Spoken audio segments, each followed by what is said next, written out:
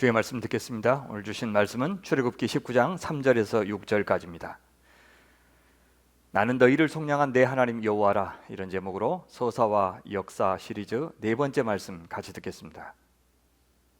말씀 봉독하겠습니다. 모세가 하나님 앞에 올라가니 여호와께서 산에서 그를 불러 말씀하시되 너는 이같이 야곱의 집에 말하고 이스라엘 자손들에게 말하라.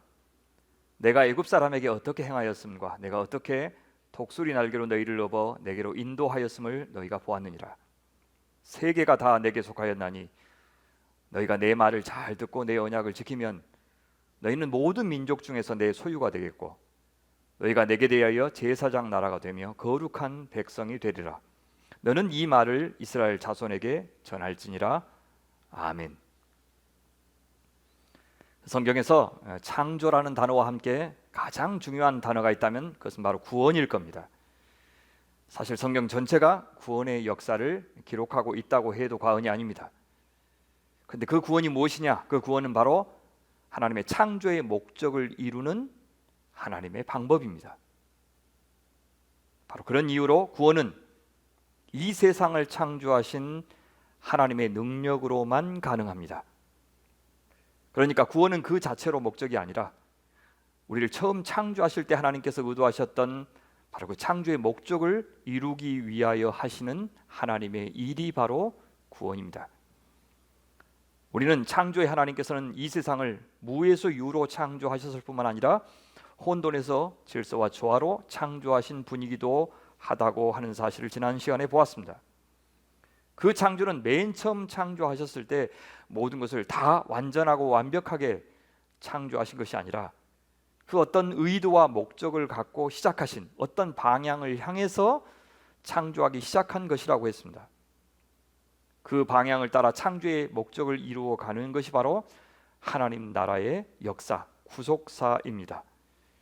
하나님의 궁극적인 창조의 목표가 무엇이라고 했습니까? 바로 하나님 나라 창조입니다.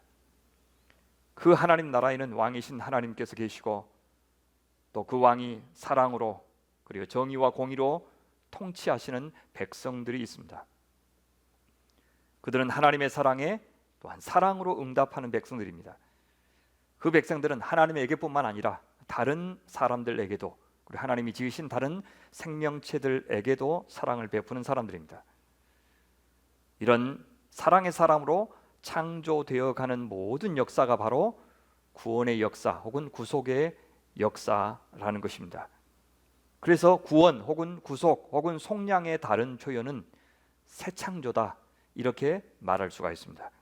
모든 구원은 하나님과 이웃을 사랑할 줄 아는 사람으로 우리를 새롭게 창조하시는 하나님의 사역인 것입니다. 하나님께서 우리 인간과 피조세계의 모든 생명들을 위해서 그 구원, 그 새 창조의 역사를 이루시는 것은 하나님께서 우리와 언약을 맺으셨기 때문입니다. 우리에게 약속하셨기 때문입니다. 하나님의 창조는 사실상 하나님께서 우리와 언약을 맺으신 사건이었습니다. 창조는 단지 없는 것을 존재하게 만드는 일에 그치지 않았다는 뜻입니다. 창조는 관계를 만드는 일이고 창조는 의미와 가치를 만드는 일이기 때문입니다. 삼위 하나님 사이에 맺으셨던 그 관계를 모델로 하여 하나님과 우리 사이의 관계, 우리와 다른 인간 사이의 관계, 또 우리 인간과 피조물 사이의 관계를 만드신 것이 바로 창조 사건입니다. 그 관계가 하나님 사이의 관계를 닮아서 하나님이 그렇게 하셨던 것처럼 자기 부인과 사랑의 관계가 되게 하는 것이 모든 창조의 목적입니다. 바로 그 관계가 모인 것이 하나님의 나라이기 때문입니다. 따라서 첫 창조를 시작하신 후부터 하나님은 곧바로 새 창조를 시작하셨습니다. 구원의 역사를 시작하셨다는 말과 같습니다. 그러니까 구원은 인간이 뭔가 잘못했을 때, 죄를 범했을 때만 시작되는 사건이 아닌 것입니다. 구원은 1차적으로 사랑의 역사입니다. 따라서 하나님은 인간이 범죄하기 전부터 당신의 사랑의 역사를 인간과 모든 생명들에게 행하신 겁니다. 구원을 행하신 겁니다. 새 창조의 사역을 행하신 겁니다. 어떻게요? 하나님은 그들에게 필요한 것을 공급하셨고 그들을 안전하게 지켜주셨습니다. 또 그들을 사랑으로 그들과 교제해 주셨습니다. 그들에게 다가가 주셨습니다. 그들의 마음을 어루만져 주셨습니다. 그들을 얼마나 사랑하시는지 하나님은 가지각색의 방법으로 증명해 주셨습니다. 그렇게 하나님은 인간에게 한껏 헌신하셨습니다. 그렇게 하나님은 언약에 신실하셨습니다. 인간도 하나님의 사랑에 사랑으로 처음에는 화답을 했습니다. 언약을 잘 지켰습니다. 창조한 첫날부터 싸우고 반역하고 토라졌던 것이 아니었습니다. 하나님의 형상으로서, 하나님의 대리 통치자로서 서로 사랑하였고 다른 피조물들을 하나님의 사랑으로 다스리고 지켰습니다. 하나님의 명령을 따라서 그렇게 대리 통치자로 왕으로 잘 살아갔었습니다. 순종하였습니다. 그들에게 이런 하나님의 역할을 대신 맡기신 것 자체가 이미 하나님의 사랑의 표현입니다. 우리에게 자유를 주신 것, 우리에게 큰 책임을 부여하신 것, 우리를 믿어주신 것, 이것은 하나님의 큰 사랑이었습니다. 왜 그렇습니까? 진정한 사랑은 바로 그 인격적인 신뢰와 그 신뢰를 가지고 실질적인 자유를 줄 때 가능하다는 것을 우리를 지으신, 관계를 지으신 하나님께서 그 누구보다도 잘 아셨기 때문입니다. 사랑이라고 하는 것은 그 자유를 도리어 그 자유를 내어준 타인에게 돌려주는 것임을 아셨기 때문입니다. 인간도 처음에는 하나님께 받았던 그 자유를 가지고 다른 인간을 사랑했고 다른 피조물을 사랑했습니다. 자기에게 주어진 그 자유를 타인에게 넘겨주었다는 뜻입니다. 하지만 하나님의 사랑, 하나님의 구원은 인간이 언약에 충실했을 때만 발휘되었던 것은 아닙니다. 인간이 하나님 앞에 잘했을 때만 하나님도 잘해주셨던 것이 아니었습니다. 인간은 스스로 자신들이 얼마나 오랫동안 하나님의 사랑을 받아야 온전한 존재가 되는 그런 사람인지를 드러냈습니다. 그들의 사랑이 아주 작은 사랑에 불과하고, 그래서 하나님께서 그들을 용서하시고 긍휼을 베푸시고 기다리시면서 사랑하셔야 비로소 하나님의 온전한 파트너, 하나님 나라의 온전한 백성이 될 수 있다는 것을 그들은 드러냈습니다. 무엇을 통해서요? 하나님의 언약을 어김으로써, 죄를 범함으로써, 감히 하나님과 동등됨을 취하려고 하는 그 행동을 통해서 자기가 얼마나 하나님을 신뢰하지 않고 사랑하지 않는 존재인지를 드러냈습니다. 하나님이 만약에 인간이 언약을 어길 때마다 심판하셨다면 단 한 생명도 하나님 나라의 백성이 될 수 없었을 것입니다. 그래서 하나님의 구원은 한편으로는 적극적으로 또 긍정적으로 인간의 필요를 채워주는 사랑, 인간과 교제하는 사랑으로 표현되지만 다른 한편으로는 인간을 용서하고 기다리고 또 때로는 책망하고 징벌하는 그런 것으로 표현되기도 해야 했습니다. 인간이 하나님의 말씀에 불순종하였을 때 하나님은 그들을 징계하십니다. 하지만 그것도 사랑이었습니다. 그 징계가, 그 형벌이 곧 그들을 향한 구원의 역사의 시작이었기 때문입니다. 그들의 잘못에 대해서 아무 일도 없었던 것처럼 눈 감는 것이 사랑이 아닙니다. 용서라는 것이 묵인하거나 방관하는 것을 뜻하지 않기 때문입니다. 하나님은 그런 식으로 사랑하지 않으셨습니다. 아담과 하와를 에덴 동쪽으로 쫓아내시고 에덴에서보다 훨씬 더 힘겨운 삶을 살다가 결국에는 죽음을 맞이하는 운명이 되도록 형벌을 내리셨지만 그 혼돈이, 그 고난이 전적으로 그들이 범한 잘못에 대한 형벌만은 아니었습니다. 그 형벌은 하나님께서 그들을 아예 포기하셨다는 것을 의미하지 않았습니다. 도리어 그 조건이 창세기 1장 2절의 상황으로 돌아가는 것과 같은 그들의 그 조건이 도리어 그들을 새롭게 창조하시는 데 필요한, 사용한 하나님의 도구였습니다. 오늘 우리에게 주시는 갖가지 고난이, 아픔이 우리의 한계를 느끼게 하는 모든 조건들이 때로는 우리가 잘못해서 자초한 것들이기도 하지만 하나님께서 아시면서도 허락한 상황이기도 하지만 그 모든 것들은 우리를 사랑하시는 하나님의 손에 그것이 들려졌을 때 그것은 우리를 구원하시는, 우리를 새롭게 창조하시는 하나님의 사랑의 도구가 된다는 사실을 우리는 알아야 합니다. 그것은 아담과 하와뿐만 아니라 가인과 그 후손들에게도 마찬가지였습니다. 가인에게 죽은 동생 아벨에게도 마찬가지였습니다.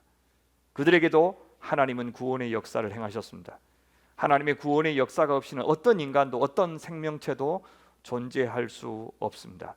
모든 생명의 역사는 하나님의 은혜의 결과로만 존재하기 시작하고 또 유지될 수 있기 때문입니다. 모든 것이 전적인 하나님의 은혜입니다. 그 하나님의 사랑의 언약이 아주 분명한 형태로 맨 처음 드러난 것이 노아 시대였습니다. 노아와 하나님은 언약을 맺습니다. 노아 시대는요, 적극적이고 긍정적인 하나님의 사랑보다는 물을 통한 심판을 통해서 하나님은 구원을 행하셨습니다. 당연히 노아와 그 식구들은 방주로 구원하셨지만 물을 통한 심판이 또한 하나님의 사람들을 보호하시고 지키시는 하나님의 방법이 되기도 했습니다.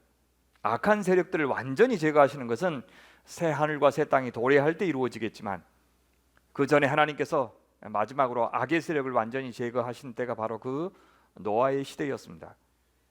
그래서 베드로 사도도 이렇게 말하죠. 그들은 전에 노아의 날 방주를 준비할 동안 하나님이 오래 참고 기다리실 때에 복종하지 아니하던 자들이라. 방주에서 물로 말미암아 구원을 얻은 자가 몇 명뿐이니 겨우 8명이라. 물은 예수 그리스도께서 부활하심으로 말미암아 이제 너희를 구원하는 편이 곧 세례라. 이는 육체의 더러운 것을 제하여 버림이 아니요 하나님을 향한 선한 양심의 간군이라. 사도는 노아의 가족들이 물에서부터 구원을 받았다고 말하지 않고 물로 말미암아 구원을 받았다고 말합니다. 그리고 그 물은 세례였다고 또 영적으로 해석하고 있습니다. 그러니까 물 밖에 있던 사람들이 물로 심판을 받는 동안 노아와 그 가족들은 물로 세례를 받고 있었다는 뜻입니다. 노아와 그 가족들은 유독 깨끗해서 하나님께 구원받은 것이 아니었다는 뜻입니다. 그들도 죄인이었지만 하나님의 구원의 손길에 믿음으로 반응하였던 것입니다.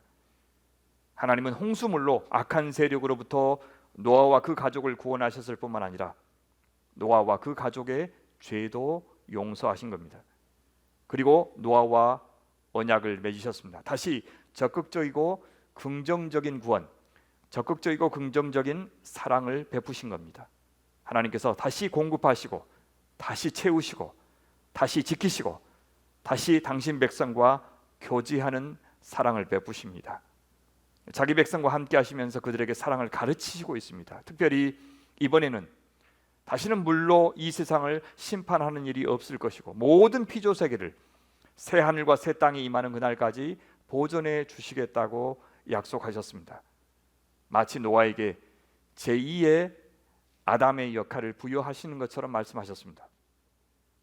그에게 축복하셨고 생육하고 번성하게 하셨고 하나님의 세상을 다스리도록 맡겨 주셨기 때문입니다. 하지만 창조 세계에는 여전히 문제가 남아 있었습니다. 여전히 창조 세계는 구원이 필요했고 새 창조가 필요했습니다. 어떤 문제였습니까? 창세기 8장 21절에 보면 사람의 마음이 계획하는 바가 어려서부터 악함이라 라고 말합니다. 노아와 그의 가족들은 여전히 하나님의 온전한 하나님 나라의 파트너가 되기에는 역부족이었던 것입니다. 이것은 악하게 창조되었다는 뜻이 아니라 이 세상이 하나님을 떠나 자기만의 세계를 구축해온 역사가 너무 오래 지속되다 보니 이제 세상 어디를 둘러봐도 하나님을 경외하는 사람이나 하나님을 경외하는 사회를 찾아보기 어려운 지경에 이르렀다는 뜻입니다. 홍수 한 번으로 심판 한 번으로 그런 사람이 한꺼번에 변하는 것이 아니었던 겁니다. 노아의 후손들이 그리하여 만든 것이 바로 바벨탑입니다. 바벨탑이 인간 여전히 하나님의 구원이 필요하고 하나님의 사랑이 필요한 존재인 것을 증명하였습니다. 그들은 하나님의 이름보다 자기의 이름을 떨치겠다고 하였고 은혜의 선물로만 하나님께 받을 수 있는 그 하나님의 나라가 아니라 자기들의 힘과 자기들의 기술과 자기들의 의기투합으로 세운 자기들의 나라를 세우려고 했습니다. 다시 물로 심판하지 않겠다고 하나님께서 은혜의 약속을 주셨건만 그 약속을 불신한 채 만약에 물로 다시 심판하신다 해도 하늘까지 닿는 데를 쌓아서 그 심판을 모면하겠다고 시도했습니다. 하나님이 은혜의 선물로 주셨던 한 언어, 한 민족의 축복을 하나님을 대적하는 데 사용하였습니다. 이제 바벨탑을 향한 하나님의 사랑은, 하나님의 구원은, 하나님의 새 창조의 역사는 어떻게 진행됩니까? 이번에도 마찬가지로 한 번은 심판을 통하여, 다른 한 번은 구원을 통하여, 사랑을 통하여 진행되고 있습니다. 심판을 통한 하나님의 구원은 어떻게 진행됩니까? 그들의 언어를 혼잡케 하시고 그들을 세상 곳곳으로 흩어버리십니다. 당장 그들을 다 죽여서 심판하신 것이 아니라 그들을 흩으십니다. 더는 바벨탑이 존재할 수 없게 하셨습니다. 그들이 더는 자유롭게 서로 소통할 수 없게 만드셨습니다. 하지만 언어가 달라도 사랑만 있으면 소통할 수 있습니다. 사랑으로만 소통할 수 있는 조건을 그들에게 허락하신 겁니다.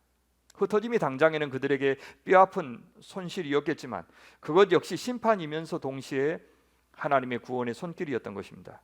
획일적인 하나됨이 아니라 다양성과 독특성 안에서 하나됨을 추구할 수 있는 조건을 그들에게 허락하신 겁니다.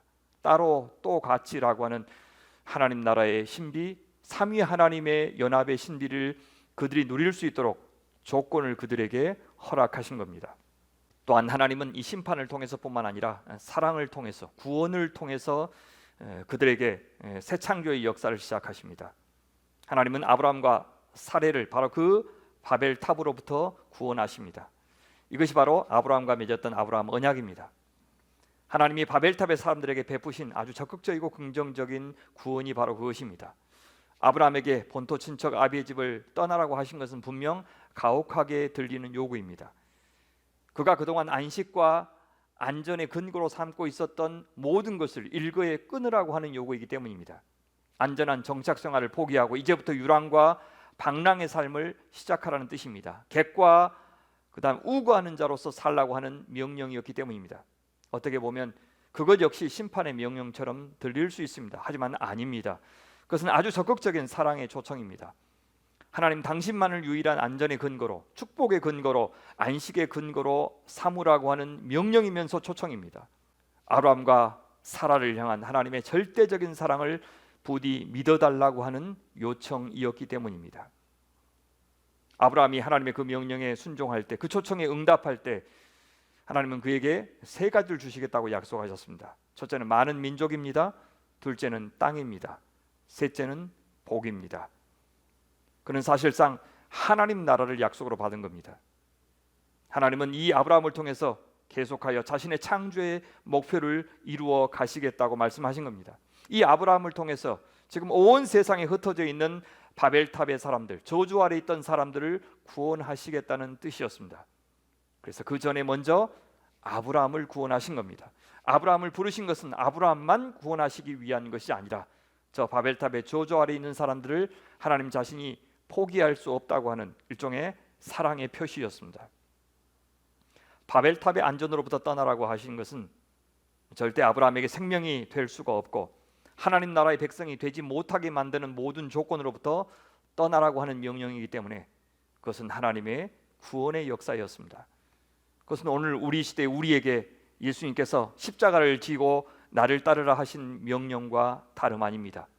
이 세상의 가치를 우리가 그대로 고수하는 한, 이 세상의 우상을 그대로 의지하는 한, 거기에서 빠져나오지 않고서는, 그 죄를 끊지 않고서는 우린 새로운 주인, 새로운 왕, 새로운 나라, 새로운 가치관을 결코 하나님의 축복으로 받을 수 없기 때문입니다. 하나님과 진정한 사랑의 교제의 관계로 들어갈 수 없기 때문입니다. 그래서 아브라함의 구원은 그 한 사람의 구원이 아닙니다. 그는 창조 때로부터 진행된 하나님의 구속의 역사를 이루어 가기 위한 하나님의 통로요, 수단이요, 도구로 부름받은 것입니다. 그래서 그에게 주어진 자손과 땅의 약속, 복의 약속은 단순히 그의 육신적인 후손이 많아지는 것이나 저 가나안 땅을 차지하는 것에 그치지 않을 것입니다. 그 복은 온 인류를 위한 복이 될 것입니다. 하나님을 인정하고 하나님을 믿는 온 인류, 아브라함처럼 하나님을 의지하고 하나님의 약속을 굳게 붙잡는 온 인류가 아브라함이 받았던 그 생명의 복에 참여할 수 있게 만드는 것, 하나님 나라 백성이 되게 하는 것, 그것이 바로 아브라함을 부르신 목적이었습니다. 하나님이 아브라함에게 주신 언약을 다시 한번 들어보십시오. 여호와께서 아브라함에게 이르시되 너는 너의 고향과 친척과 아비의 집을 떠나 내가 내게 보여줄 땅으로 가라. 내가 너로 큰 민족을 이루고 내게 복을 주어 내 이름을 창대하게 하리니 너는 복이 될지라.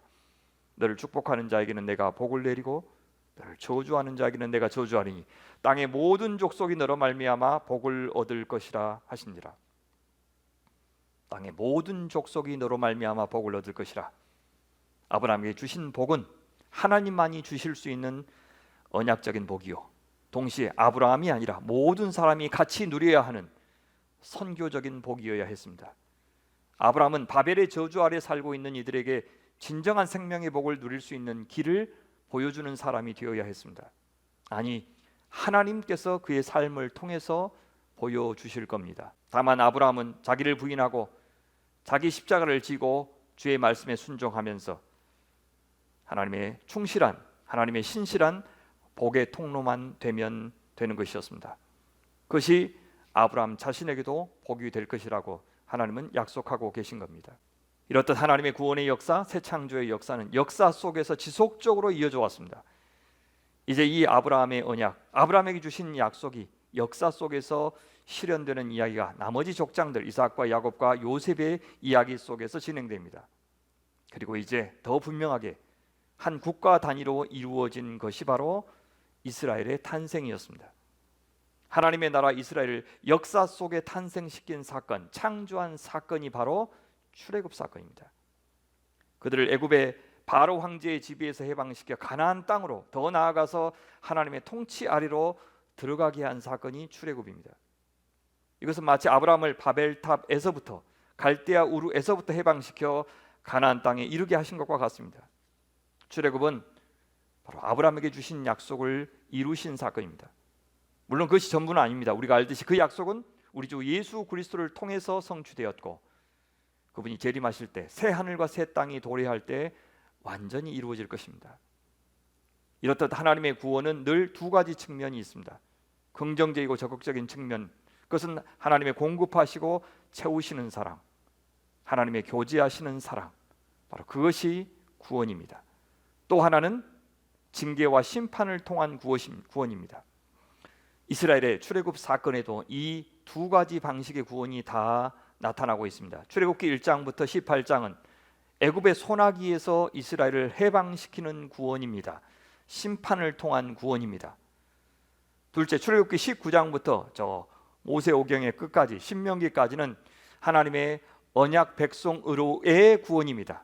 그래서 하나님이 자기 백성과 교제하시고 사랑을 베푸시고, 또한 자기 백성은 하나님을 경배하고 예배하는 자녀가 되는, 하나님과 교제하는 그런 백성으로의 구원, 이것이 구원의 또 다른 측면인 것입니다.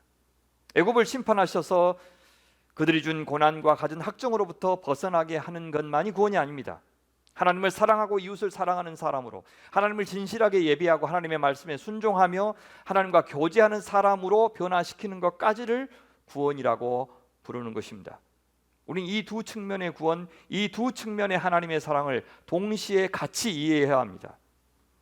노아 시대에 물로 심판하시고 물로 구원하셨듯이 이 출애굽의 역사에도 하나님께서는 열 재앙으로 애굽을 심판하셨고 또 이스라엘 백성들을 구원하셨습니다. 특히 10번째 재앙 기억하십니까? 애굽의 장자를 죽이고 이스라엘의 장자들을 살려주신 그 유월절은 애굽을 심판하시는 사건이면서 동시에 이스라엘을 용서하시고 속죄하시고 구원해 주신 사건이었습니다. 이스라엘이 처음부터 깨끗하고 의로워서 구원하신 것이 아니라 하나님께서 언약을 기억하셔서 구원하신 겁니다. 노아 시대의 물로 그들이 세례를 받은 것처럼 유월절에는 그들이 어린 양의 피로 세례를 받았습니다. 구원을 받았습니다. 이는 장차 온 인류가 어린 양 예수 그리스도의 피로 심판도 받고 구원도 받을 사건을 미리 보여준 것입니다. 하나님은 400년 동안 아브라함의 자손들을 애굽의 고센 땅에 살게 하셨습니다. 그 기간 동안 아브라함의 혈통적인 자손들이 하늘의 별과 같이 바닷가의 모래와 같이 많아졌습니다. 이제 그들은 땅의 약속을 얻기 위해서 가나안 땅으로 향해야 했습니다. 그러자면 아무리 고센 땅이 풍요로워도 그곳을 떠나야 했습니다. 아브라함이 갈대아 우르를 떠나야 했던 것처럼 그것이 아무리 번성하고 아무리 모든 문명의 중심이라 할지라도 그것을 떠나야 했던 것과 같았습니다. 그들이 가나안 땅으로 향하기 위해서 애굽을 나와야 했던 또 하나의 이유가 있죠. 그것은 하나님의 창조의 목표를 이루기 위해서였습니다. 그 목표는 하나님 나라의 건설이었습니다. 하나님과 사랑의 관계를 누리는 나라를 창조하기 위해서 그들은 가나안 땅으로 가야 했습니다. 그것은 하나님의 복을 누리는 백성을 창조하는 것이었습니다. 아브라함의 혈통적인 조상들만 누리는 복이 아니라 아브라함처럼 하나님을 사랑하고 하나님을 믿는 모든 족속이 복을 받는 그런 나라가 되기 위해서 그들은 나와야 했습니다. 이제 아브라함의 자손들은 이스라엘이라고 하는 한 나라를 이루어서 온 세상에 복을 나눠주는 나라가 되어야 했던 것입니다. 그 사명을 이룰 때 그들도 하나님 나라 백성으로 영광을 누릴 수 있었습니다. 복은 물론 은혜로 받습니다. 하지만 그 복을 은혜로 누리지 않고 내 소유로만 삼고 나만의 특권으로만 삼으면 그 복은 사라지게 됩니다. 남을 복되게 하는 방식으로 내게 주신 은혜의 선물을 우리가 누릴 때만 그 복은 복이 되는 것입니다. 그래서 하나님께서 애굽의 지배에서 그들을 구원하신 이유를 이렇게 몸소 밝히시죠. 출애굽기 2장 23절부터 25절까지 보시면 이스라엘 자손은 고된 노동으로 말미암아 탄식하며 부르짖으니 그 고된 노동으로 말미암아 부르짖는 소리가 하나님께 상달된지라.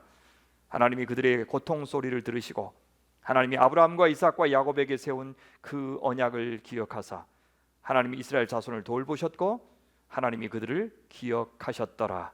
이렇게 말합니다. 이 말씀 어디에도 이스라엘에게 무슨 자격이 있어서 구원을 받았다는 언급이 나오지 않습니다. 구원자 모세에서부터 시작해서 이 모세를 인정하지 않고 하나님의 구원을 매번 의심하였던 이스라엘 백성들에 이르기까지 하나님의 오래 참으시는 사랑이 없었다면 절대 이루어질 수 없었던 구원이 바로 출애굽이었습니다. 그래서 하나님은 이 구원의 성격을 세 가지로 말씀하십니다. 이 구원이 가능했던 이유와 이 구원을 하신 목적을 이렇게 밝히시는 겁니다. 첫째, 이 구원은 지금 이스라엘이 잘해서가 아니라 하나님께서 아브라함에게 하신 언약을 기억하셨기 때문에 이루신 일이라고 말씀합니다. 창세기 15장 13절에서 16절까지에서 하나님께서는 4대 만에 이스라엘 백성들이 가나안 땅으로 돌아오게 하시겠다고 약속하신 바가 있습니다. 지금 가나안 땅에 살고 있는 아모리 족속의 죄악이 관영해질 때 그들을 심판하시고 이제 그 땅을 아브라함의 후손들에게 주시겠다고 약속한 바 있습니다. 바로 그 약속을 지금 이루시겠다고 말씀하고 있는 겁니다. 둘째, 이 구원은 하나님이 애굽의 지배 아래 있던 아브라함의 자손들을 긍휼히 여기셨기 때문에 가능한 일이라고 말합니다. 하나님이 그들의 공경을 보셨고 그들의 부르짖음을 들으셨고 그들의 처지를 짠하게 생각하셨습니다. 애굽의 불의에 분노하기도 하셨습니다. 이 하나님의 긍휼의 성품, 하나님의 정의의 성품, 하나님의 사랑의 성품이 바로 출애굽의 동기였던 것입니다. 셋째, 창조의 목적을 이루고 아브라함에게 약속하신 것, 즉 아브라함 너를 통해서 온 족속의 복을 받게 하겠다는 하나님 당신의 약속을 친히 이루기 위해서 구원하셨다고 말하고 있습니다. 출애굽기 19장 3절부터 6절에 보시면 모세가 하나님 앞에 올라가니 여호와께서 산에서 그를 불러 말씀하시되 너는 이같이 야곱의 집에 말하고 이스라엘 자손들에게 말하라. 내가 애굽 사람에게 어떻게 행하였음과 내가 어떻게 독수리 날개로 너희를 업어 내게로 인도하였음을 너희가 보았느니라. 세계가 다 내게 속하였나니 너희가 내 말을 잘 듣고 내 언약을 지키면 너희는 모든 민족 중에서 내 소유가 되겠고 너희가 내게 대하여 제사장 나라가 되며 거룩한 백성이 되리라. 너는 이 말을 이스라엘 자손에게 전할지니라. 여기서 하나님은 바로 출애굽의 구원이 하나님 자신이 주도적으로 하신 일임을 무척 강조하고 계십니다. 내가 어떻게 행했는지 너희가 보았다라고 하십니다. 구원이 철저한 은혜라는 것입니다. 내가 했다. 이것이 구원을 이해할 때 가장 중요합니다. 창조의 하나님의 능력이 아니었으면 어떤 우리의 구원도 불가능합니다. 그런데 여기서 특히 강조하신 것은 그 하나님의 구속은 구원받은 우리에게 책임을 요구하시는 구원이라는 사실입니다. 하나님의 눈은 지금 시내산에 모여있는 이스라엘 백성들만 보고 계시지 않습니다. 아브라함의 혈통적인 자손들만 보고 계시지 않습니다. 이스라엘의 현재만 보고 계시지 않습니다. 하나님의 눈은 지금 세상에 흩어진 모든 바벨탑의 사람들을 다 향하고 계십니다. 여전히 하나님의 복을 받아야 하는 온 족속 천하 만민이 하나님의 관심사입니다. 그래서 하나님은 자신을 소개하실 때 세계와 모든 민족의 하나님이라고 강조하시지 않습니까? 세계가 다 내게 속하였느니 너희는 모든 민족 중에서 내 소유가 되겠고 라고 말씀하십니다. 앞에서 이 출애굽을 감행하신 하나님 자신을 아브라함의 하나님이라고 소개하셨죠. 아브라함에게 하신 약속을 이루려고 내가 출애굽하고 있다라고 소개하셨습니다. 그렇다면 하나님께서 한 민족 이스라엘을 구원하신 것은 모든 민족을 구원하시기 위해서입니다. 그것이 아브라함에게 주신 약속이기 때문입니다. 한 땅 애굽에서 이스라엘을 구원하신 것은 하나님 당신의 이름을 온 땅에 알리시기 위해서였습니다. 출애굽기 9장 16절에 보시면 내가 너를 세웠음은 나의 능력을 내게 보이고 내 이름이 온 천하에 전파되게 하려 하였음이니라 말씀하십니다. 누가 그 복을 받을 수 있습니까? 바로 하나님과 특별한 관계에 있는 사람들입니다. 하나님을 아브라함처럼 믿는 사람들, 하나님의 길을 따르는 사람들, 하나님의 말씀에 복종하는 사람들, 하나님을 사랑하는 사람들이 바로 그 하나님의 복에 참여하게 될 것입니다. 여기서 우리는 구원의 과거와 현재와 미래를 다 볼 수 있습니다. 아브라함의 언약을 기억하신 것이기에 그것은 과거이고, 오늘 지금 이스라엘 백성을 긍휼히 여기셨기에 현재이고, 장차 온 천하가 하나님의 복에 참여한다고 하는 비전을 말씀하시기에 그것은 미래입니다. 이스라엘이 세상에게 하나님의 복을 나눠주려면 이제 이스라엘은 세상 앞에 그 하나님을 따르고 그 하나님을 사랑하는 삶을 몸소 보여주어야 했습니다. 그렇게 하나님만을 복의 근원으로 인정한 사람들에게만 하나님이 복을 주실 수 있기 때문입니다. 이스라엘이 먼저 어떻게 하면 하나님의 복을 받을 수 있는지를 보여주어야 했습니다. 이것이 구속받은 이스라엘의 책임, 오늘 우리의 책임입니다. 그것이 우리의 정체성입니다. 그래서 주님은 말씀하십니다. 세계가 다 내게 속하였나니 너희가 내 말을 잘 듣고 내 언약을 지키면 너희는 모든 민족 중에서 내 소유가 되겠고 너희가 내게 대하여 제사장 나라가 되며 거룩한 백성이 되리라. 너는 이 말을 이스라엘 자손에게 전할지니라. 특히 여기 이스라엘의 정체성 가운데 제사장의 사명에 주목해 보시기를 바랍니다. 아브라함이 이전에 제사장 역할을 했었죠. 이제 이스라엘도, 아브라함의 후손 이스라엘도 온 세상 앞에 제사장의 역할을 하도록 부름받았다고 말씀하십니다. 제사장의 역할이 무엇입니까? 제사장은 양방향의 사역을 했습니다. 하나님과 사람들 사이 중간에 서서 하나님의 역할과 사람의 역할을 다했습니다. 하나님의 율법을 가르치는 교사로서 백성들에게 하나님이 어떤 분이신지를 가르쳤습니다. 백성들이 드리는 제물을 하나님 앞에 가져가서 이스라엘 백성들이 의식적으로 정결해지도록 죄를 용서받도록 해주었습니다. 그리하여 하나님과 당신의 백성이 서로 즐거이 교제할 수 있도록 중재하였습니다. 백성들은 제사장을 통해서 하나님께 나아가고 또 하나님은 제사장을 통해서 백성들에게 나아가 백성들을 축복하셨습니다.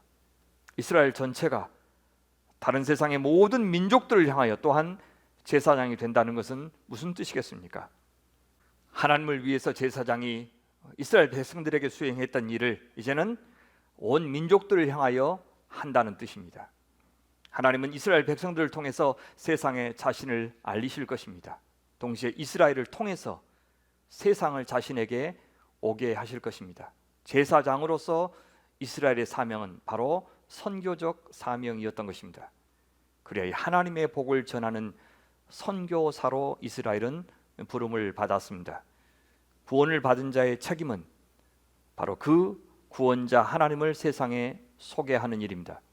내가 받은 하나님의 복음을 나누고 전하는 일, 그것이 모든 구원받은 하나님의 사람, 또 하나님의 교회의 사명입니다. 그래서 하나님은 제사장 이스라엘이 먼저 거룩한 백성이 되어야 한다고 하신 겁니다. 거룩함은 구원의 조건이 아니라 사명의 조건입니다. 사회, 경제, 정치, 문화, 우리 삶의 모든 영역에서 제사장 이스라엘은 세상과 달라야 했습니다. 어떻게 다르게 살 수 있습니까? 그것이 바로 하나님께서 이스라엘에게 율법을 주신 이유입니다. 율법, 토라를 따라 살 때 그들은 비로소 세상과 다르게 존재할 수 있습니다. 세상도 물론 자기만의 법이 있습니다. 자기만의 가치관이 있습니다. 자기만의 세계관이 있고 이야기가 있습니다. 그것이 그들을 형성합니다. 그들을 창조합니다. 내가 무슨 말을 따라서, 무슨 법을 따라서, 무슨 이야기를 따라서 살아가느냐에 따라서 어떤 다른 종류의 사람으로 창조되는 것입니다. 그래서 하나님은 위의 말씀을 이렇게 시작하신 것입니다. 너희가 내 말을 잘 듣고 내 언약을 지키면 너희는 모든 민족 중에서 내 소유가 되고 너희가 내게 대하여 제사장 나라가 되며 거룩한 백성이 되리라 말씀하신 겁니다. 여기서 분명한 것은 순종이 구원의 조건이 아니라는 것입니다. 이미 구원받은 하나님의 백성들에게 하신 말씀이기 때문입니다. 구원했으니 순종하라는 것입니다. 구원을 유지하는 조건입니다. 구원은 은혜로 받지만 구원을 유지하는 것은 우리가 선교적 사명에 얼마나 사랑으로 반응하는지에, 충성으로 반응하는지에 달려 있다는 것을 보여줍니다. 그 선교적 사명을 감당하는 데 필수적인 전제 조건이 무엇입니까? 바로 우리가 하나님의 말씀을 따라서 먼저 거룩한 하나님의 사람으로 빚어져야 한다는 것입니다. 내가 먼저 하나님 나라의 복을 받고 누려야 하는 것입니다. 나에게 그런 열매가 없는데도, 내가 복을 누리고 있지 않는데도 선교사로 나가는 사람들은 문제이고, 그런 사람들이 교회로 모였다면 그들은 결코 세상 앞에 하나님이 누구신지, 하나님의 복이 무엇인지를 보여주지 못할 것입니다. 하나님의 이름을 높일 수 없을 것입니다. 하나님께서 이스라엘을 애굽의 바로의 손에서 구원하시고 맨 먼저 하신 것이 이스라엘 백성과 시내산에서 언약을 맺으신 겁니다. 그것이 출애굽기 24장에 나오죠. 근데 그것은 새로운 언약이 아닙니다. 그것은 새로운 관계가 아닙니다. 아브라함과 맺으셨던 언약 안에 이미 이 후손들도 포함되어 있었기 때문입니다. 이것은 언약의 확인, 언약의 갱신입니다. 여러분, 이 언약의 핵심이 무엇입니까? 어떤 관계를 약속하신 것이 언약입니까? 너희를 내 백성으로 삼고 나는 너희의 하나님이 되리니 나는 애굽 사람의 무거운 짐 밑에서 너희를 빼낸 너희 하나님 여호와인 줄 너희가 알지라. 언약은 반드시 이렇게 양 당사자 간에 맺어집니다. 당사자 모두에게 또한 책임이 주어집니다. 상호 헌신이 없으면 이루어질 수 없는 것이 언약입니다. 따라서 우리가 이 언약 관계를 따라서 하나님을 사랑하고 하나님 앞에 충성하는 거룩한 백성이 될 때 세상 앞에도 복을 보여주고 복을 나누고 복을 선포하는 하나님의 사람이 될 수가 있는 것입니다.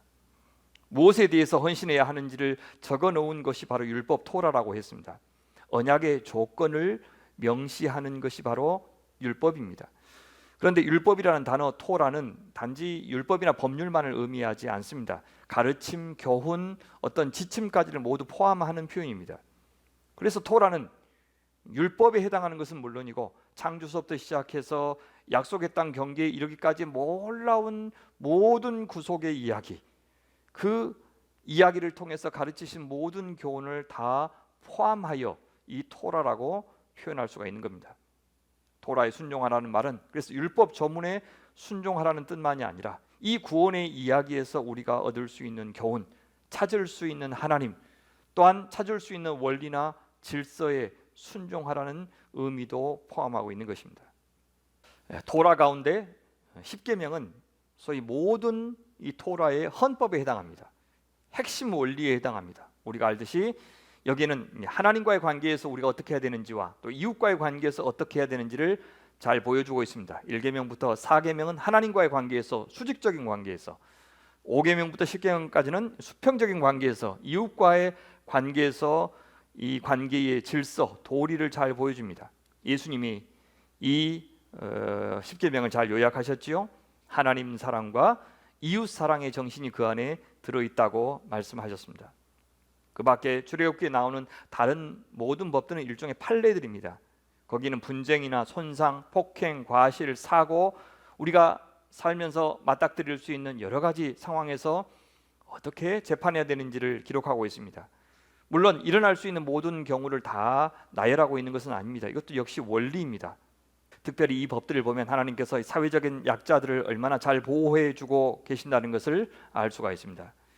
레위기에 또 법들이 나오죠. 거기는 희생제사 제도, 또 제사장의 임무에 대해서 말해주고 있고요. 여러 가지 절기에 대해서도 기록하고 있습니다. 이스라엘 백성들이 하나님의 백성으로서 어떻게 하면 세상과 구별되어 거룩하게 살 수 있는지를 잘 보여주는 것, 또한 죄를 지은 이스라엘 백성들이 어떻게 하나님과의 관계를 회복할 수 있는지를 잘 보여주는 것이 레위기의 토라입니다. 그러니까 율법은 우리가 어떻게 하면 구원받은 하나님의 백성으로서 하나님의 사랑을 받으면서 하나님과 교제하며 점점 그 사랑으로 새 창조되어 갈 수 있는지를 말해주는 책입니다. 자유를 누리는 법, 사랑하는 법을 말해줍니다. 죄를 피하는 법을 말해줍니다. 죄에서 용서받는 길을 보여줍니다. 이 진리를 알 때 이 진리가 우리를 자유롭게 할 것입니다. 물론 하나님을 거역하고 하나님을 배반해서 자기 마음대로 살고 싶은 사람들에게는 율법이 늘 큰 짐이 될 것입니다. 하지만 하나님과의 풍성한 관계를 사모하는 사람들에게, 하나님의 사랑을 믿는 사람들에게 이 율법은 하나님과 또한 이웃과 어떻게 하면 더 깊고 또한 더 두터운 사랑을, 두터운 관계를 경험할 수 있는지, 그 관계를 상상할 수 있게 하는 마르지 않는 원천이 될 것입니다. 그래서일까요? 성경에는 이 율법을 찬양하는 노래들이 많이 나옵니다.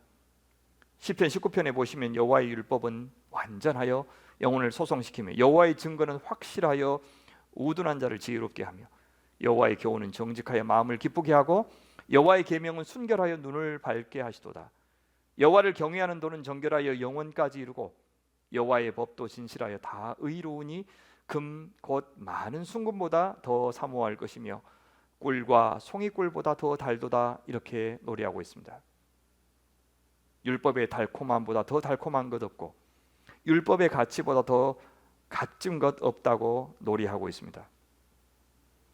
하나님의 구원 가운데 이 적극적이고 긍정적인 구원, 우리와 사랑을 나누시고 우리와 교제를 나누심으로써 우리를 새롭게 창조하신 하나님의 구원의 가장 강력한 수단이 바로 하나님의 말씀, 이 토라입니다.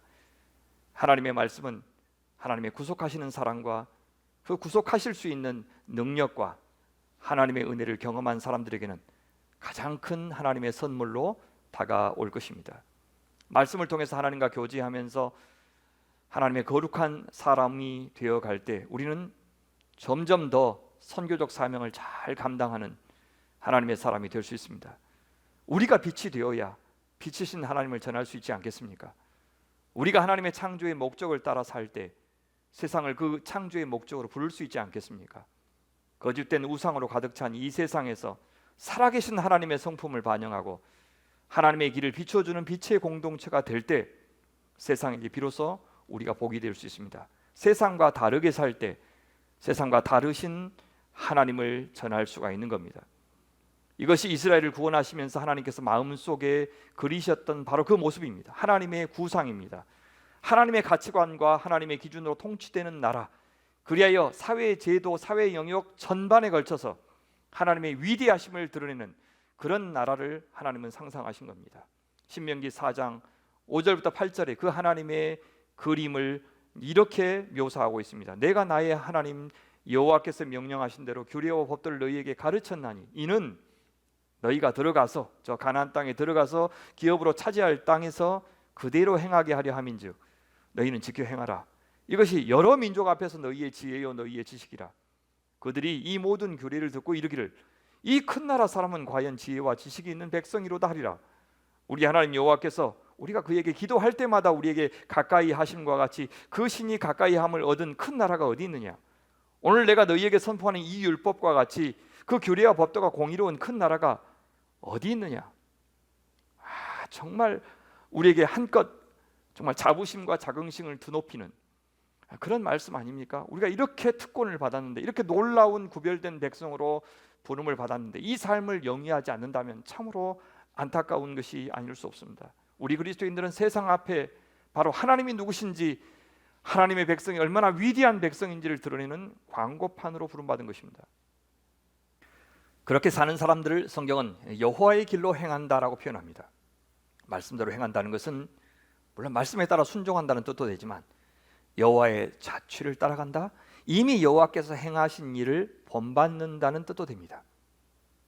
여호와께서 이미 우리에게 보여주신 당신의 성품, 그분께서 베풀어 주신 사랑, 용서, 긍휼, 공의와 정의, 이런 것들을 이제 당신의 백성들도 세상 앞에 보여주는 것, 바로 이것이 여호와의 길을 따르는 삶입니다.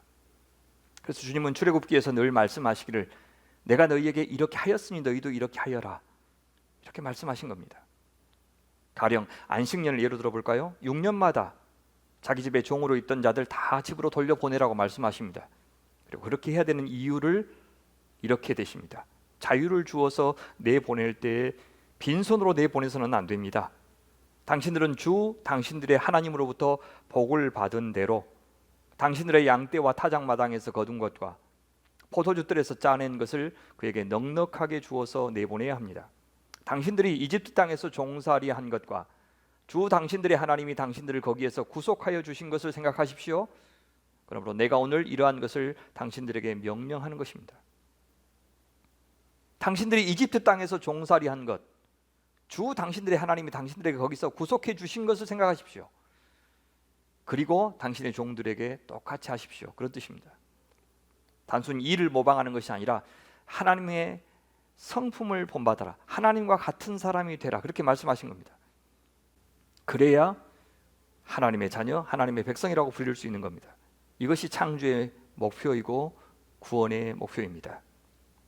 신명기 10장에서 그것을 이렇게 말씀하시죠. 그렇습니다. 하늘과 하늘 위의 하늘, 땅과 땅 위의 모든 것이 다 주 당신들의 하나님의 것입니다. 그런데 주님께서 오직 당신들의 조상들에게만 마음을 쏟아 사랑하셨으며 많은 백성 가운데서도 그들의 자손인 당신들만을 오늘 이처럼 택하신 것입니다. 그러므로 당신들은 마음의 할례를 받고 다시는 고집을 부리지 마십시오. 이 세상에는 신도 많고 주도 많으나 당신들의 주 하나님만이 참 하나님이시고 참 주님이십니다. 그분만이 크신 권능의 하나님이시요 두려우신 하나님이시며 사람을 차별하여 판단하시거나 뇌물을 받으시는 분이 아니시며 고아와 과부를 공정하게 재판하시며 나그네를 사랑하셔서 그에게 먹을 것과 입을 것을 주시는 분이십니다. 얼마나 좋은 하나님이십니까? 바로 그분처럼 되라는 겁니다. 그러니 이스라엘도 어떻게 살라고요? 바로 다음 절에서 말합니다. 당신들이 나그네를 사랑해야 하는 것은 당신들도 한때 이집트에서 나그네로 살았기 때문입니다. 나그네에 불과했던 너희를 하나님께서 대해주신 그대로 너희들도 나그네를 환대하라는 뜻입니다. 그런데 하나님께서는 이렇게 언약을 맺으시고 사랑의 율법을 주시기만 하면 이스라엘 백성들이 하나님을 사랑하는 사람으로 변화되리라고 생각하셨을까요? 아닙니다. 율법만으로는 사람이 변화될 수 없다는 것 아셨습니다. 심판만으로 사람을 겁나게 하는 그 방법으로 사람이 좋은 사람이 될 수 없다는 것을 아셨습니다. 에덴이라고 하는 가장 이상적인 조건에서도 인간은 하나님께 등을 졌습니다. 노아 시대 그 엄청난 은혜를 입었으면서도 바벨탑을 또 만들지 않았습니까? 언약이 없어서, 율법이 없어서, 심판이 없어서 인간이 하나님을 저버렸던 것이 아닙니다. 하나님은 아셨습니다. 지당하신 말씀, 올바른 말씀만으로는 창조의 목적을 이룰 수 없다는 것을 아셨습니다.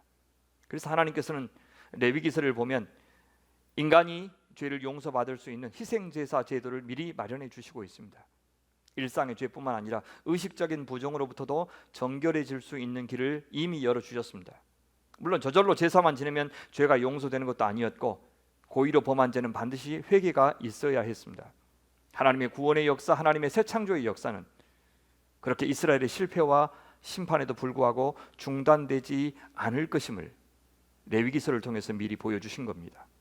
창조의 방향은 배역한 인간에 의해서 틀어지겠지만 창조의 구조는, 창조의 목표는 변함이 없을 겁니다. 이스라엘이 하나님의 은혜를 저버리는 일 수도 없이 앞으로 반복되겠지만, 그래서 하나님의 복을 스스로 저주로 바꾸는 어리석은 일을 늘 범하겠지만, 하나님은 심판만으로 구원하시지 않고 그 죄인을 압도할 만한 사랑과 은혜를 통해서 기어이 그들을 새롭게 창조하시고 그들이 주께 돌아와 자복하고 하나님의 은혜의 복을 사모하는 사람으로 만드실 것이다. 그들이 하나님의 말씀에 순종하는 사람으로 빚으실 것이다. 그렇게 말씀하십니다.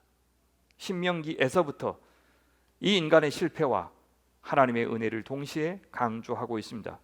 율법이 실패한 것이 아니라 율법이 인간의 실패를 이미 내다보고 있는 것입니다.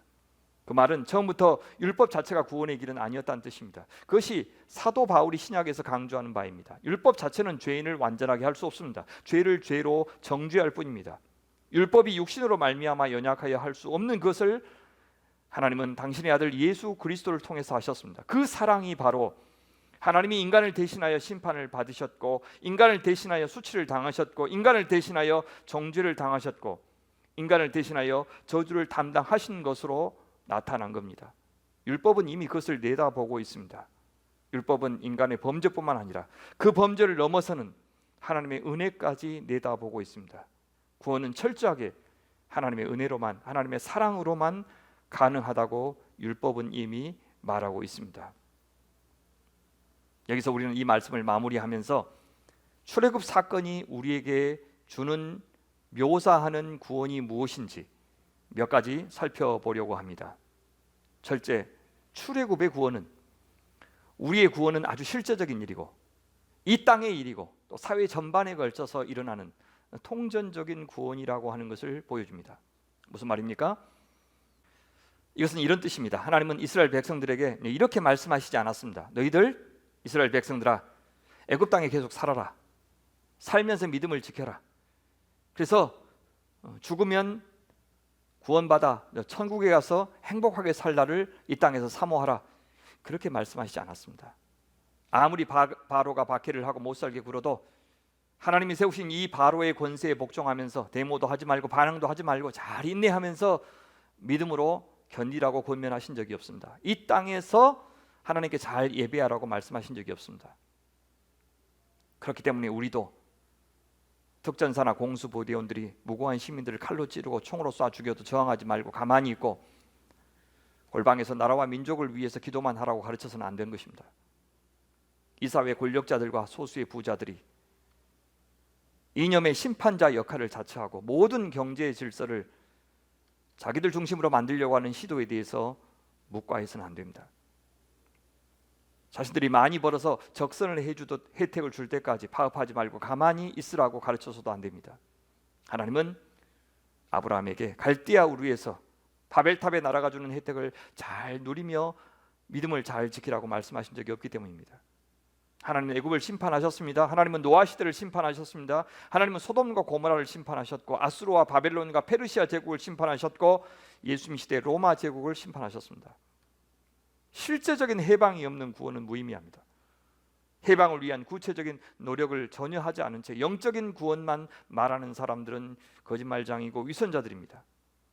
불의의 세상이 주는 온갖 혜택은 다 누리면서도 그 세상에 의해서 짓밟히는 사람들에게는 무조건 참으라, 숙명으로 받아들이라, 너희들의 게으름과 무능의 대가를 감수하라, 다만 저 천국 하나님 나라에서 다 보상받을 때까지 그렇게 살다 죽으라고 말하는 것은 절대 복음이 아닙니다. 그것은 사랑도 아니고 그것은 정의와 공의도 아니고 그것은 긍휼도 아니기 때문입니다. 그리고 그것은 하나님이 주시고자 하는 복도 아니기 때문입니다. 그래서 구원의 복음을 전하는 우리는 실제적인 복을 전해야 되고 나눠줘야 됩니다. 하나님이 주신 복이 더 많은 사람들에게 돌아가도록 해방의 역사가 일어나게 해야 합니다. 죄악의 길에서, 탐욕의 길에서, 불의의 길에서 빠져나오도록 소리쳐야 되고 제 힘으로 나올 수 없으면 건져주어야 합니다. 단지 예수 믿고 죄 용서 받으라는 말만 해서는 안 됩니다. 모든 구원은 실제적인 해방의 역사입니다.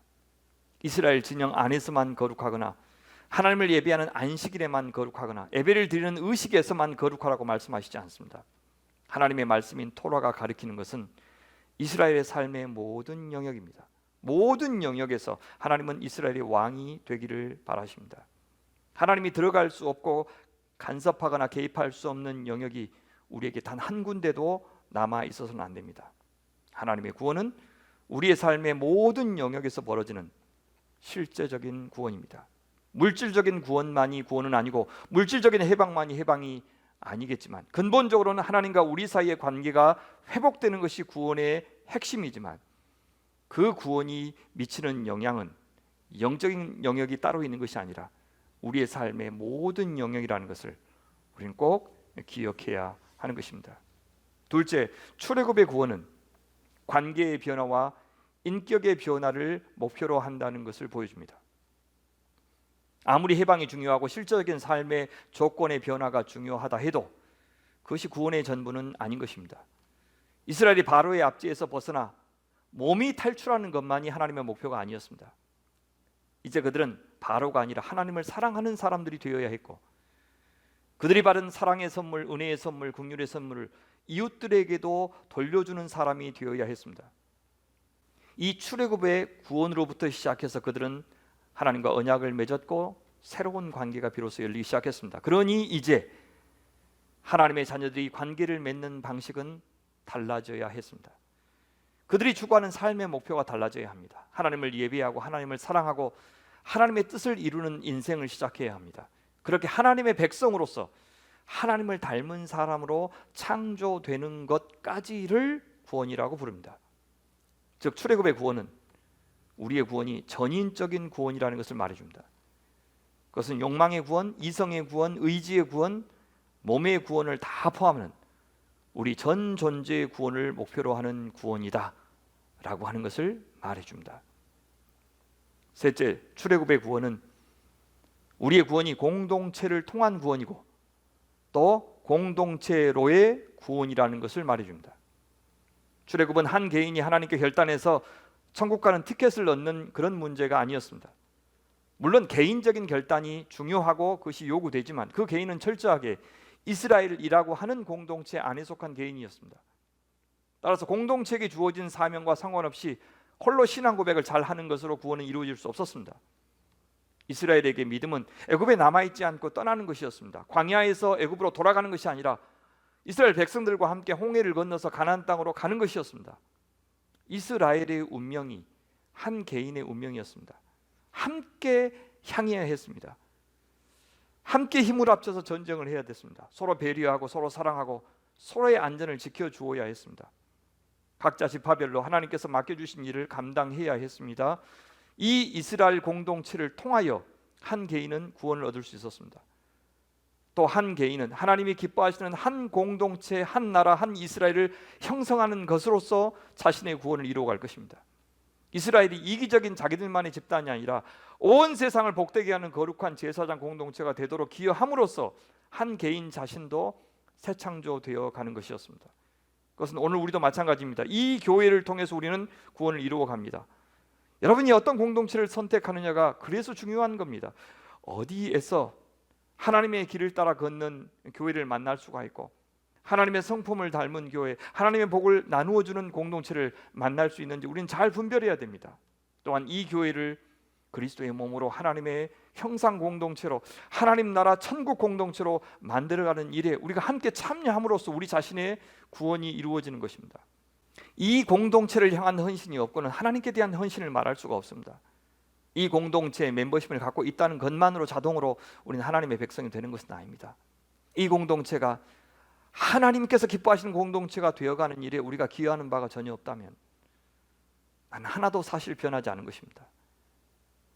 여러분이 저에게 목사다운 목사를 기대하시는 만큼 저도 여러분에게 성도다운 성도됨을 기대하고 있는 겁니다. 그것이 서로가 하나님의 최종적인 구원에 참여하는 길이기 때문입니다. 오늘 이 모습의 공동체가 되기까지, 오늘 우리의 공동체가 되기까지 여러분은 얼마만큼 또 어떤 기여를 해오셨습니까? 마지막으로 출애굽의 구원은 창조의 목적을 이루는 구원이라는 것을 보여줍니다. 우리의 구원은 우리가 천국 가는 것을 목표로 하지 않습니다. 이스라엘의 구원은 단지 이스라엘이 가나안 땅에 들어가서 강대한 나라가 되고 젖과 꿀이 흐르는 땅에서 호의호식하는 그것을 목표로 하는 것이 아니었습니다. 창조 때 품으셨던 복의 계획, 하나님께서 창조 때 주셨던 복의 약속을 이루는 것이 이스라엘 구원의 목적이었습니다. 그 복의 핵심은 하나님과의 관계였지요. 복의 근원이신 하나님을 인정하고 믿고 사랑하는 사람이 되게 하는 것, 그것이 참된 복이었습니다. 나를 구원하신 것은 바로 그 사명을 위한 것이었습니다. 따라서 오늘 내가 세상을 구원하시고 세상을 복되게 하는 하나님의 창조의 목표에 관심이 없다면, 오직 나의 행복, 나의 만족, 나의 안전에만 관심이 있다면 나는 사실 내 구원에 감사하지 않는 사람이고 구원에 참여하고 있지도 않는 사람입니다. 구원은 받고 싶지만 나를 구원하신 하나님의 목적에는 관심이 없다면 그냥 나는 내 힘으로 살고 있는 것입니다. 하나님의 은혜를 외면하고 있는 사람입니다. 사랑하는 여러분, 거룩한 제사장의 역할을 우리는 어느 만큼 또 어떻게 감당하고 있습니까? 코로나 때문에 다 힘들다는 것 우리는 알고 있습니다. 하지만 지금보다 우리 바깥에 있는 상황이 좋아지면 그때부터 제사장의 사명을 잘 감당할 수 있는 것 아닙니다. 사업이 망하고 건강을 잃고 내 소중한 것을 잃어버리는 그 순간에도 구원받은 우리에게 주어진 사명은 변함이 없습니다. 이 팬데믹은 사실 아무것도 아닙니다. 그냥 좀 불편할 뿐입니다. 어색할 뿐입니다. 아니, 이미 우리는 어느 정도 적응해 버렸습니다. 하지만 그 방법이 다르고 정도는 달라도 우리는 하나님을 예배하기 위해서 구원을 받았습니다.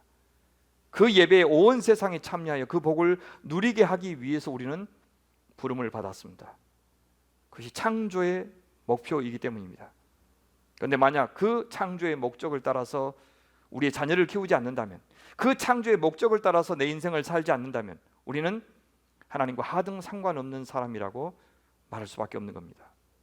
내가 원하는 것이 이루어질 때까지는 구원이고 뭐고 하나도 감사하지 않겠다고 한다면, 광야에서 물이 없다고 먹을 것이 떨어졌다고, 홍해가 우리 앞을 가로막는다고 하나님을 향해서 이러자고 나를 구원하셨느냐고 삿대질하던 이스라엘 백성과 우리는 전혀 다를 바가 없을 겁니다.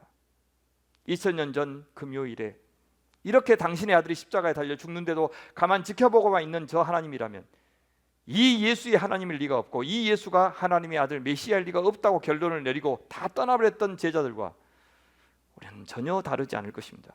내가 원하는 방식으로 삶이 전개될 때만 구원의 하나님께 감사한다면 우리는 창조의 목표를 이루는 사람이 아니라 그냥 내 나라를 창조하는 저 바벨탑의 사람들과 다를 바 없고, 하나님이 주시는 복이 무엇인지를 아직 모르고 있는 사람들에 불과합니다.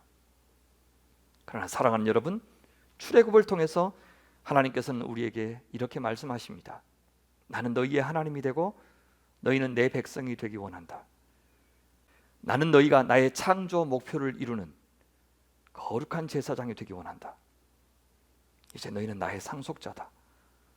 내가 이 세상에서 하나님 나라의 축복을 누리기를 원한다. 그리하여 온 세상에 너희를 통해 나의 복을 누리게 되기를 원한다. 주님은 오늘 그렇게 말씀하십니다. 이 하나님의 영광스러운 구원에 감사하고 즐거이 찬양하며 또한 함께 참여하는 복을 누리시기를 간절히 바랍니다. 같이 기도하겠습니다. 주님 허락하신 그 구원의 은총에 감사합니다. 구원하신 주님을 온 마음 다해 사랑하고 주께서 주신 그 복 주시는 사명에 즐거이 참여할 수 있도록 도와주시옵소서. 그래야 살아있는 모든 날 동안 주님을 찬미하며 하나님의 선하신 뜻을 이루는 복의 사람들, 복의 공동체 되게 하여 주옵소서.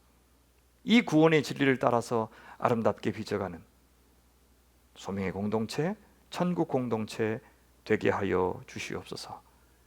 예수님의 이름으로 기도하옵나이다. 아멘.